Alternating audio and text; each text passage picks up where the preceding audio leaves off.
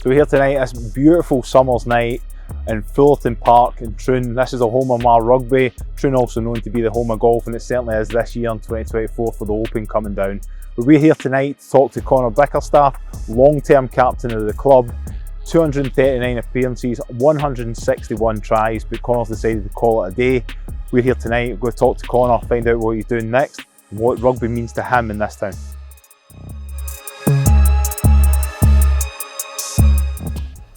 Home of my rugby, Fullerton Park, what does it mean to you? Quite a lot, you know, it's been a massive place for me for mini rugby to start, senior rugby in the latter years, but you know, been here since 6 years old, so you know, I finished up this year at 32, so that's what, 26 years been playing rugby here in some shape or form, and it's yeah, special place. We get good crowds here, you've seen that, been part of that, and it's yeah, it can be magical at times. We've had some class moments. So class moments, looking out, what stands out for you when you look over this pitch? What moments stand out for you? It's difficult to say. There's been quite a few. Touched on it actually at the long lunch when we were there a couple of weeks ago. They asked what a standout memory would probably be in it. Our first season in the Premiership. We had the first home game against Heriots here, and we just lost away to Glasgow Hawk the first game, and then we had Heriots here the second game of the season, and we got a massive win. Colin Sturgeon slotted that kick to win it in the last minutes, and against a good Heriots side, first game in the Premiership at home, massive win, and yeah, that stands out for me. So straight away you're starting talking about team wins rather than for yourself, and that's why you've been a captain here, because a lot of that will stand out of how you've driven that as a captain. But for yourself, big moments for you. Yeah. You've got 161 tries, probably the majority of them here, bashing over folk. Yeah. Give me a big moment for Conor on this pitch. Oh, that's a tough one. For me, I need to think back now. So there was probably a good one that stands out, as we highlighted seen actually recently, was try against Jed. There's actually been a few tries against Jed here. I always like scoring against them, but just so happens to be. But there was a try here, I think it was in the 2018 season, and we always, at that time, Jed were a very, very good side, so we always had very tight games against them. And there's a try, I think it was pretty much this area of the park, where Jack Scott made a wee break up the side and got an offload to me, and I jumped through a couple of people and had a nice wee dive under the post, so that one definitely stands out. I think it was because I maybe watched the video back recently, but so it's fresh in the memory. Jed Forest, they were always big games. Who do you think, what games did you look forward to most? What team did you want at the start of the season you're looking forward to, saying, right, that's the team I can't want to play, that's the one that I'm want to play in? Because probably, yeah, we can chat about when we were lower down the leagues, but I think just recently, in playing in the Premier League, or playing in the Premier, playing in National 1, what big games for the season, what was big for you? I think recent seasons probably, the games against Curry, and the likes, Hoyk at home, Curry at home, you know, you always got, we were lucky to compete at the top of these leagues, so it'd always be the teams in that kind of top four. In Brackies probably were there for years on years, so we always had massive games against them at Fullerton. They're always the tasty ones. When the first Prem came out, it was Ayr obviously, but since kind of changed the Super Series and the Super 6, we only had them in the Cup, so when the Cup games came around, they were exciting. Any ones you were ever scared of? I wouldn't say scared, no. I think I was actually chatting to my brother about this. He got quite nervous before games, and probably I did, but I'd maybe just trying to be the captain and kind of show that you're not scared to step on the pitch as such. But no, I always got quite excited over it. I think the nerves are there because you don't want to lose a big game, do you? But no, I never nervous. It was probably more just the excitement to get going, and once you're on the pitch, you're sorted. Opposition, as we came up higher through the leagues, massive players, and players that we come from, as you're talking about Ayr, and we had British and Irish Lions playing for us, we had the All Black playing with us. Any players that stood out that you played against, or played against, we'll talk about played with, but so who have you played against that you were really looking forward to being up against? I guess there's a few. Always had great games against even guys like DJ Innes, who plays for Curry, who's plays 12. It's a very, very difficult player to play against. Small guy, but very talented, very hard to one tackle, one get by with the ball in hand. But Yeah, there was a few players over this, like you mentioned, back in the old Prem when there was the drafts and you came up against some of the guys. It was quite impressive. You know, you had the likes of boys like Jamie Farndale's and Glenn Bryce's, them who were playing at a high level at the time, and stepped into teams like Watsonians and the likes. Yeah. I always remember Rory Drummond, who played for Watsonians, Yeah. number 8, big boys. So there was guys like that you came against, and back then when you were just coming through these national leagues, these are big boys. So it was no, you look forward to kind of going toe to toe with them, and it was exciting. How does it feel that people are probably talking about the same as you? So there'll be people throughout Scotland that have had that conversation. People ask them the question, and they say, "Played against Conor Bickerstaff, and he was different." Because you were, and a lot of people will think that, and you probably don't, because I know how humble you are, and this is what I was looking forward to chatting to you. Really getting that out. Why do you think that you played so well at a high level for so long?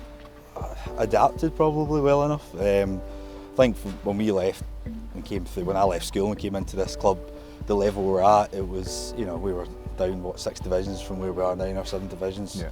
So for me to kind of keep my level, obviously through injuries and stuff, I think it's just adapting, and been lucky enough the players that came into the club throughout that growth have kind of brought my game on, and coaches are always learning, Craig Ep1 learning, and then guys like Kenny Diffenthal learning.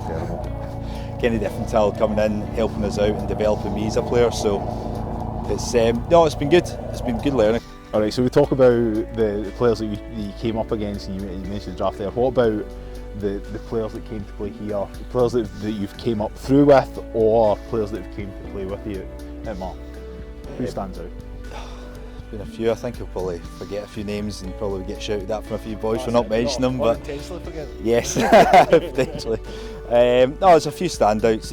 I came through the school with good mate Fraser Grant, who's still playing just now and played all these years together. So for me, very underrated over the years, and could have easily pushed on and done better, and sometimes doesn't take it too serious. But he was a standout.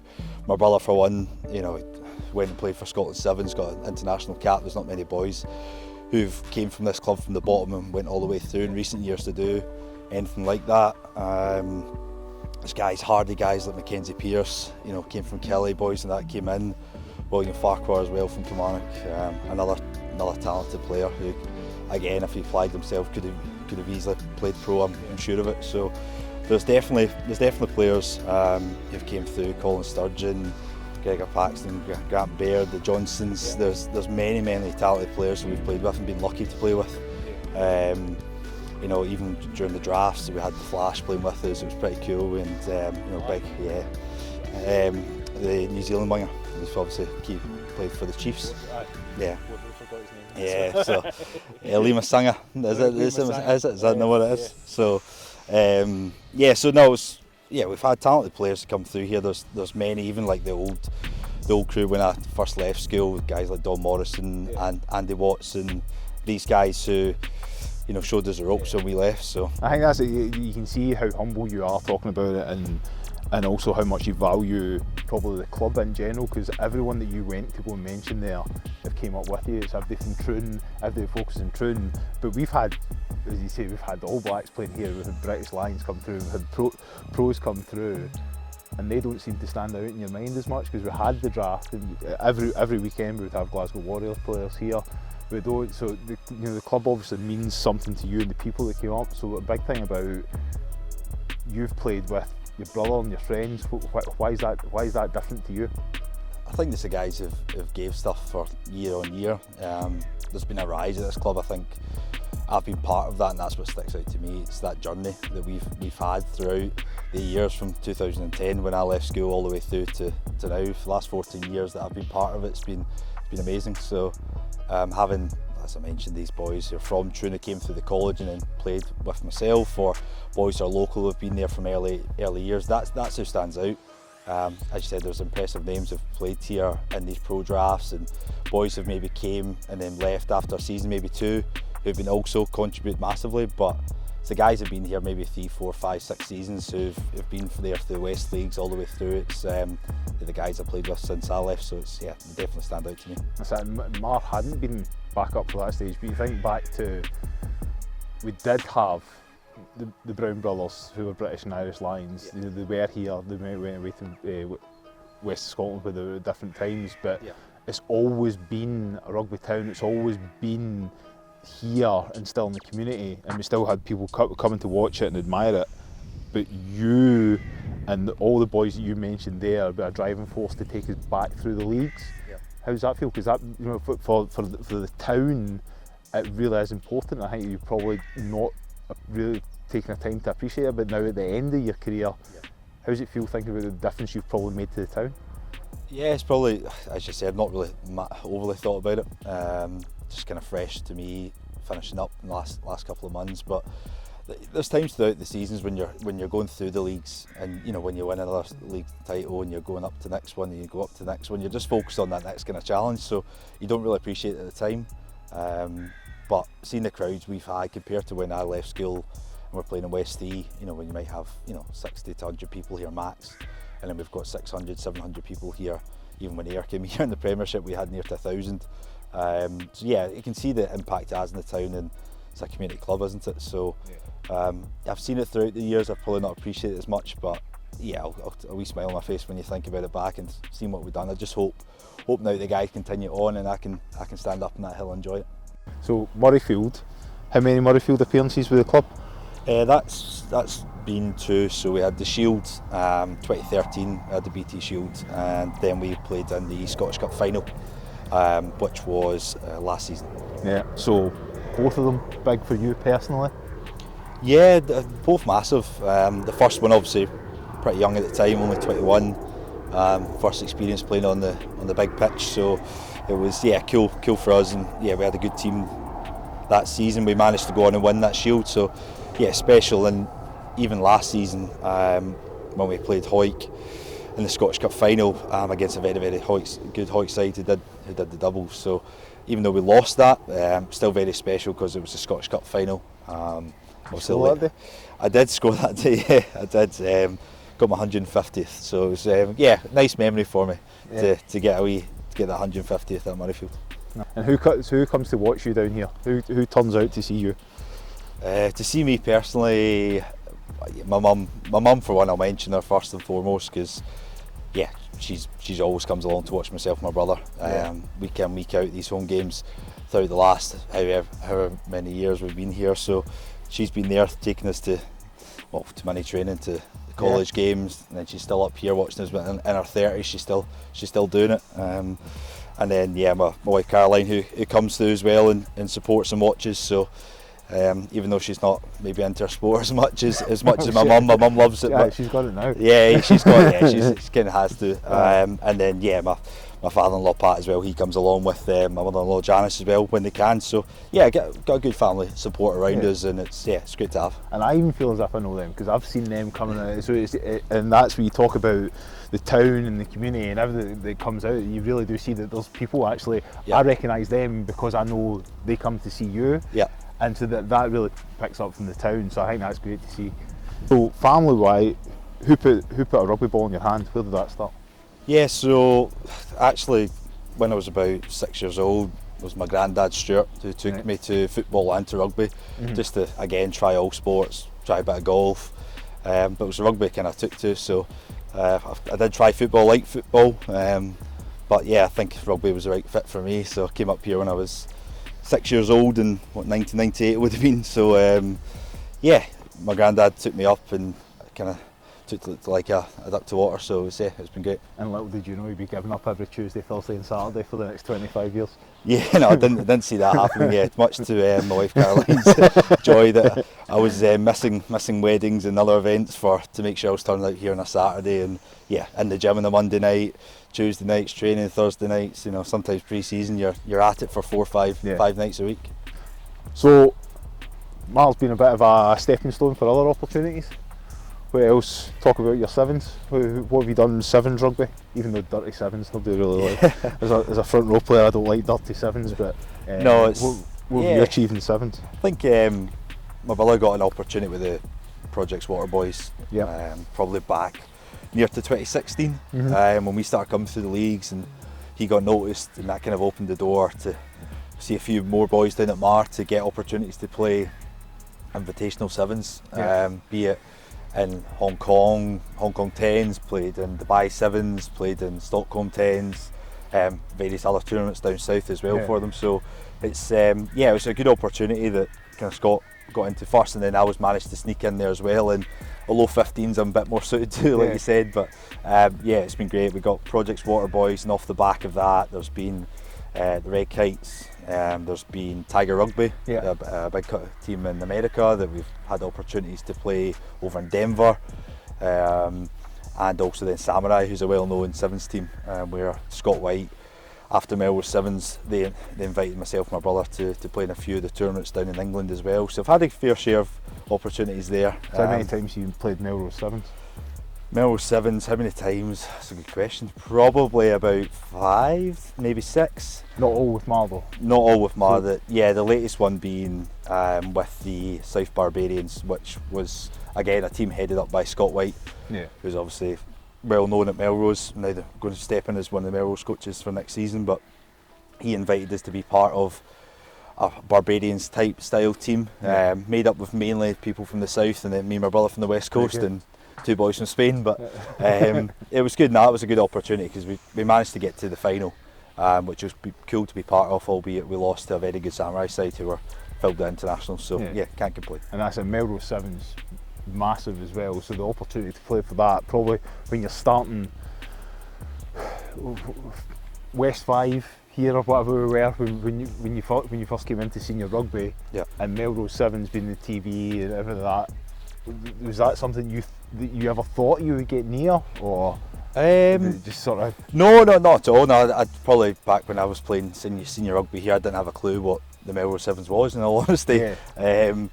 You know, when I came through school, I probably didn't take my rugby too serious, although I enjoyed it and I was good at it. I didn't really know about the game of sevens out with of playing it, at school a wee bit. And the first sevens tournament I did at the club was probably Aaron Sevens, was a bit more of a social compared to the standard down at Melrose. So no, I never dreamed of going to do that level of rugby. I know it's maybe a standard for some of the boys, but from the level, you've got to realise the level we were at coming into this club back in 2010 to where we are now, it's a bit of a jump. So no, never thought we'd do that. And 15's representative, what was that for? For Scottish, was it Scottish club side? Yeah. So first of all, there was back in 2019-20 season when COVID hit. Scotland Club 15 had been running obviously for the Premiership players, and managed to get selected for Scotland Club 15 straight from the Premiership. At that time they didn't do the inter-district club championships for the Glasgow and the West, etc. So it was selected straight from your Premiership club performances. Managed to get into that setup. Again, Scott White was heading it with a few of the other coaches who were selected from around Scotland. Managed to get in there and be selected as vice captain for the team to play Ireland home and away, which was special. So you think that for those opportunities, people probably don't think of that because you're saying it's not available and you don't think of it. For representative for you, how much did that mean beyond the club? How that feel an opportunity as an amateur player at the top level? What does representative rugby mean to you? I think it's special because you're given a cap, you're standing there before the first game, you're singing the national anthem. It's something you've only been used to standing either at Motherfield watching the professionals do or sitting at home watching the TV. So for you to get up there, sing your national anthem, stand next to my brother, I've got other teammates who I've played at Mar with for a few years and they're there, that's special. Some people might just see it as an amateur cap, but you get your cap presentation before the game, you get your jersey, keep it. I've got my jersey framed up with my cap in my house. It's something I'll always look back on and hopefully show my kids and grandkids, and I might just pretend it was the full national team, but it's still special. It's something that hopefully, and I think they will be bringing it back for seasons to come, for boys in the amateur. I'm not going to quite sneak into the pro to still get a national cap and represent your country is amazing. And that's what I think for Scottish rugby to really recognise and hear you talking about that and how important that is, the investment into that and the investment into the inter-district, that these opportunities really mean something to the players, because as you say, that's memories you're going to hold for the rest of your life. So the investment's important, and the people that throw investment into rugby, because we heard that recently, how much society or economy that community rugby can really drive. that how important that is. And I think it's, if the guys who are coming out of these setups, academies, age of 22, if they're not quite sneaking into that pro game, especially Super 6 disbanding, if it's just the focus on the Premiership, these opportunities to go play for Glasgow and the West, or then Scotland, and then Scotland A, Scotland Club 15, then on to Scotland A team, that's huge, and even represent Glasgow in there as well. That's a carrot for a lot of boys. If there's no opportunity to go play pro rugby, and realistically they know that they might not get there, be it through they've got a full-time job or whatever it may be. If there's these carrots, that'll keep the boys from the mid-20s through to the kind of early 30s and keep them there and keep them engaged and keep the numbers up, because I think that's vital. For me, it was a hard point to maybe give up this season. I knew it was maybe coming back next season, but that'll definitely keep boys going. Yeah. So we've stopped here for a reason. It's not all highs. Roundabout right here. Yeah. Traumatic injury. Tell us about, and it's unfortunately happened to you a couple of times on this pitch. And I remember for you. Talk us about what could have been a career-ending injury for a lot of people. Yeah. So actually, the injury obviously I sustained on this pitch was kind of a result of my kind of first injury I had from a training accident. I say accident. Yeah. Chris Galloway will say that he brought me down in my peak, but I ruptured my ACL in my right knee back in pre-season training, and I was out for that full season coming into, I think it was the 2014-15 season. Yeah. And I came back and I played half the season, Watsonians here, and then I had a bad injury where my patella, my right knee, was, unfortunately, there's a chance that can happen after an ACL up, the type of surgery I had, that my kneecap, my patella had broken half. So quite excruciatingly sore for probably about 5-10 minutes, especially after the hard work of the ACL rehab. You go through that for 12-14 months, get halfway through the season again, and then it goes. It was devastating at that point. You're thinking, second knee surgery going, you don't know whether you're going to come back and play again. I was only at that age, quite young, my early mid-20s. My missus, my mum were there coming on the pitch in tears. It was quite emotional time. It was tough, and it's at that point I wasn't sure where I was going with rugby after that. Yeah, but you came back, so all of that put away. As I'm saying, that could have been career-ending. Folk would stop playing for that. Yeah. The impact on your work, the trauma for your family, trauma for you, trauma for training. How did you build back up to then reach the heights that we've just talked about there?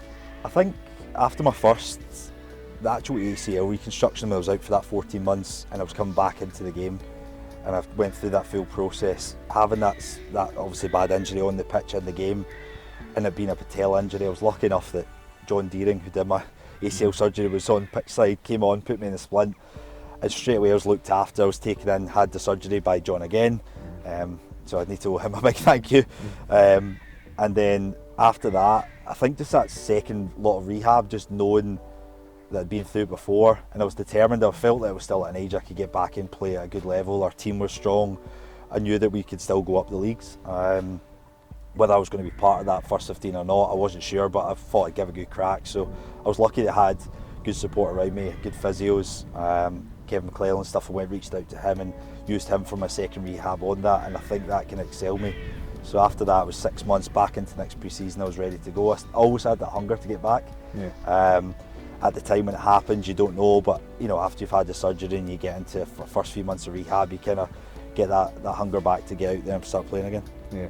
Was Scott part of your rehab?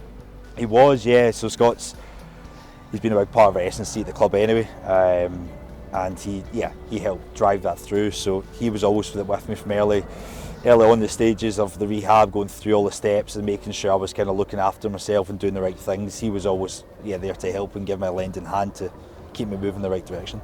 Nice.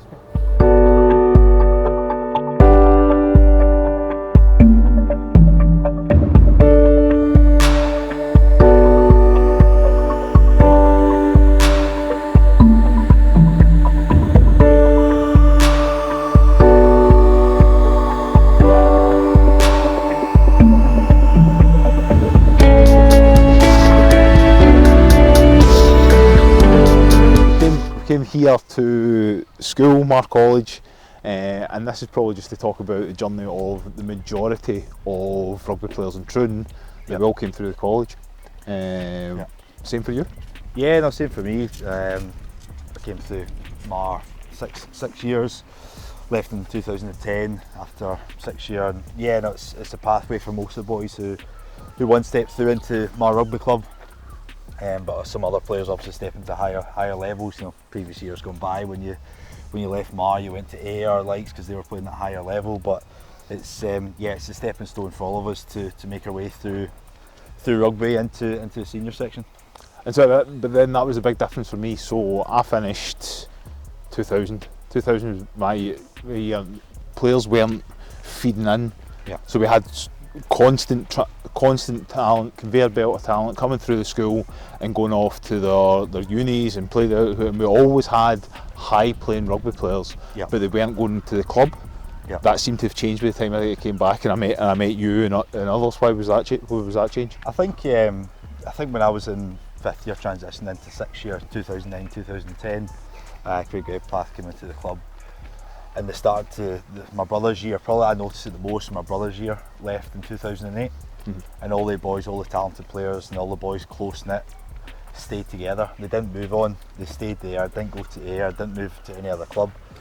And then when my year left in 2010, again we had a good collective group, we had a good year. We ended up joining the boys who left in 2008, and again then we had a good core. So we had a big group of talented players, and then we just started to rise to the league. So I think that influence of the senior boys in 2008 leaving and sticking by, that kind of set the tone for the rest of us kind of going up and through the leagues. You really see that, because so we see here playing fields full of people, and there's folk playing rugby. Now you don't get that in the west of Scotland, but in Troon you do. Why do you think Troon's such a big rugby town? Yes, it's a big rugby town for a long time, even before we stepped foot through Mar College, and it's always been a massive place for it. Guys like Brian Gilbert and then John Sharkey, Alan Wright, these guys all kind of drove us through the college. But there's been guys at the rugby club, guys like famous guys like Peter Brown, Gordon Brown. These guys have Bill Cuthbertson, who went on to play for the national team from Troon. So it's even though the West Coast is known for other sports, Mar's always been a massive rugby town. Mar's been obviously a massive college for the sport. It's not a private school. We've done well, competed against the likes of Glasgow Hutchisons, Watsonians. So yeah, it's been a big part of the town. And those are all private schools that you're talking about. Yep. This is just a town in West Scotland, although it's Troon, it's well known, and it can be seen as quite an affluent area. But it's competing with those private schools, and always has, and even more so now. And you can see the investment here in the 3G pitches that we've got, that's ploughed in and really making a difference. And do you think that's really made a difference why people still now want to come to Troon and be part of Mar? Because we're now getting players from elsewhere coming and want to be part of the success. Yeah, I think it does. Yeah, I think the college set up the conveyor belt, as they call it. There's guys like Ronan McGee and the likes, who were development officers, and guys like Colin Sturgeon have then stepped into that role. Boys who are throughout the club like Gregor Ness, and who coached the school first 15s and driven these boys through at a young age. So said we weren't going to mention him. Yeah, we've got to mention him sometime. He's a good mate. So yeah, these guys obviously developed these young players, and they're still bringing them through, and there's a lot still coming through. But like you're saying, touching base on guys wanting to come into Troon and be part of it, I think it's all about the boys and the relationships you've got with players and who you know, and having a word with a guy and ask them to come along. Bring a couple of boys from Kilmarnock, and they've got a mate who's at Mar now, and they tell the boys how good it is there, and they can develop themselves, and they see they're getting opportunities. It's all about that. It's playing at a level. We've been lucky enough to get ourselves into a Premiership. We're now at the highest level of Scottish rugby as an amateur. So that is the stepping stone for boys if they want to go play professional rugby. And the best, we won it. Yeah. We won it. We won the leagues with Mar, so we've been at the very top, and hopefully get back there again. Tell me about Murray Grierson. Who is Murray Grierson? You've won the Murray Grierson award this year. Tell us about who that was. Yeah, so up until about a couple of years ago, I didn't really know too much about Murray. So as soon as I started being involved as a captain and knowing about the awards getting put out to players at the senior end of season awards, I got a bit more information on him and knew that he was obviously an influential guy. He moved to Troon a long time ago and was part of the school and played a bit of rugby here, came through, played rugby at the seniors, and was also a major part as a sponsor during the kind of tough years, as maybe say at Mar, when we could have went down the leagues, when there was a shaky period where the club was maybe going to be no more, when the likes of the Dunsmuirs and that, Murray Grierson was also part of that as a sponsor to help keep us afloat. So he's always been a Mar guy. My understanding of it all was that Murray was a major contribution to kind of Mar's rise throughout the years and always been a part of it. So when he sadly passed away, his nephew donated a trophy, the Murray Grierson Award, for Mar Rugby to give out to a player or person within the club who had made a significant contribution. And that's what I want to talk about, because again, you've throughout our chat here been humble, talk about success, you focus on the success of the club. That's an absolute individual compliment for what you've done for the club, for the long term, and then the long term growth beyond you. How does that feel? Because it makes it. I mean, I know how I see you in here, but how do you feel now about what you've done to the club? Try to look back. Yeah, no, I think when I got given the award, it was kind of, I wasn't, aware of it, coming through and getting that award given to me at the Players' Dinner this year was special. So knowing a bit more about it and where it's came from, and for the club to recognise that, I made that significant contribution to the club, not just this season but previous seasons, as they touched on during the award ceremony, was it was special. So for being a part of a club that's got a lot of history, even though some of it might be in the lower leagues in recent years, it's been fantastic. So to be a part of that, it's been special. So we mentioned Gregor there. I asked Gregor, I want to get a bit of stories. Gregor wants me to ask why you're called Beefy. Actually, I was trying to think where the name came from, who actually first called me, but I don't know whether it was either Andy Kelly or maybe yourself, but I'm not too sure. Someone called me Beefy or Beefcake, or it came from somewhere when we came through the years and Paul Black and the likes came in and we started to get chucked in the gym and having to smash it out, and I was always a small guy, started to put on the weight and obviously got a bit bigger, and especially after my knee reconstructions, got a bigger chest, got just doing bench press all the time. So for whatever reason someone started calling me like Beefy, Big Beefy, or Big Beef, or Beefcake, and then Beefy stuck, so that's been it. So I think me and Andy Kelly got a bit of cheek calling you Beefy, but Gregor suggested you maybe got an alter ego of Beefy Cannonball. The cannonball things, actually my brother touched this during his wedding speech at my wedding, which was embarrassing, but so I've got after the rugby, it's kind of, I like to get, have a few drinks, get a wee bit loose and stuff. So I've been known to dabble too much in certain types of drinks, special drink in Scotland, tonic wine, and maybe get into trouble, not trouble as such, but do daft things. Never do anything to break the law, but cannonball's the phrase to describe how I'd bounce off things and just be uncontrollable. Good. I'm into getting a little bit loose myself.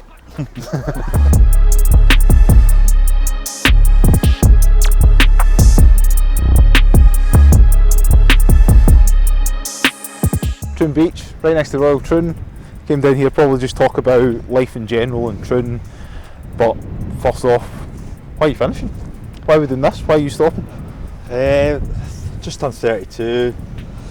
Caroline, my wife's got the wee one due August, so baby boy due, first baby. So a few reasons. Injuries, as we touched on earlier. I know 32 is not too old. Not. Work's busy, got the wee one coming. So I think there's been a lot of life events over the years that I've missed. Feels probably right for me as well to give a wee bit of time back to Caroline and focus on my family, and hopefully I can, for me to be the best version, hopefully a good dad for the wee one over the first few years, and focus on that. That's kind of the main reasons, along with injuries, of course. No, and we touched on that earlier, because you do it as a rugby player. You give up every Tuesday, every Thursday, every Saturday and more for 25 years of your life, so it does become a huge price tag. So you're probably doing it at the right time so you can enjoy things that you've missed out on. But you can see from here, and is family life going to be in Troon for you? Yeah, no, definitely is. Families, I'm lucky that my mum, my gran, Caroline's mum and dad, our brother, or 4 nieces Caroline's brother's got, they're all in Troon. So we've got a lovely house in Troon as well. We've got our mad dog Parker here as well. So no, Troon's definitely going to be the place where we're at. Family life going forward is going to be there. So yeah, I'll definitely be in this lovely town for the foreseeable. And it's an absolute privilege to have this. You can see behind us, around us, everything that you want for family life that comes into this town. And I think that's what makes Troon special. You see yourself ever leaving Troon? No, I don't think so. No, I'm lucky enough that we've got the close family who are here and are going to be here for the foreseeable, and I don't think that's going to be any different for myself and Caroline. I've grown up in Troon, Caroline's grown up in Troon. There's good opportunities here, it's a great place to live. So yeah, I don't see myself itching to get away anywhere. Obviously nicer weather would be nice every so often. We've got a lovely night like tonight, even though it's June, it's still a wee bit cold. It's freezing, I've dragged us down here. But no, I definitely don't see myself leaving. So the eyes of the world going to come on Troon in the next couple of weeks. Do you take part in that? What happens different in Troon when the Open lands here? Yeah, no, it's good buzz around the place. I think the Open's great for the town. It's for the guys and girls who are into golf, and obviously flood down and kids who get to be a part of it and see these golfers come. So yeah, it's a good buzz around the place. There's a lot of people come into the town. It's great for the small community, the pubs, everything that's got. It's great. So yeah, I'll be definitely going along and trying to sample some of it. Enjoy a few beers whilst I can pre-baby coming, and yeah, enjoy a bit of golf. Yeah. So a journey through from the school, from the club to here, and just life in general. If you could change anything, yeah, or would you change anything that's taken you to the journey here? I wouldn't say so. I think with a change, obviously having an ACL injury really young, maybe at 22 years old, where I thought I could maybe go play higher up, it's a bit tough to take, but I think that then helped me do rehab, come back, even though I got injured again, and 3 knee constructions later, I feel I was probably a better player at the other side of it. A wee bit slower, mind you, but definitely helped. So yeah, no, I wouldn't change anything. I think like the full journey through the minis, the way it started, through the school, people I met, coaches I had, physios, all the guys at the club who run the club through to senior years and being part of that, it's been fantastic. And the fact that we got to the pinnacle of amateur rugby and win a title and doing that in the last couple of years is, yeah, it's been amazing. So no, I wouldn't change anything. Well, if I said to you to go back to that, go back to being 22, still you can take Caroline and everything that's coming up with you, would you do it all again? Would you be happy going through every single emotion in every single game again? Yeah, I think it would. Yeah, I think looking back, I've been lucky that a lot of the games are recorded and you can reflect on that a wee bit. But yeah, no, I'd take it back any day of the week. So I'd love to go back there and experience some of the league winning titles, BT Shield at Murrayfield, and even go through the tough times, just because you get that hunger to go back. And then when you cross that white line for the first time after being back from a long injury and stuff, it's great. So yeah, I've been very lucky. Yeah, I'd be desperate to go back if you find me 10 years and have another crack at it and still have all the things I'm looking forward to now, family life and other things that I can kind of focus on, get stuck into. It's exciting. Right, so you've got one last game. Now you've finished, but if you're to go back and hit the pitch, yep. Do you want to score or do you want to smash somebody? I wouldn't smash someone without the ball because I'm not that good at tackling, but I don't know, I suppose it was kind of a wee bit of a thing for me for the boshing, so I think if I get a good bump in someone and set up a try, I'd take that over a try itself. Good man, pretty awesome. Cheers, mate.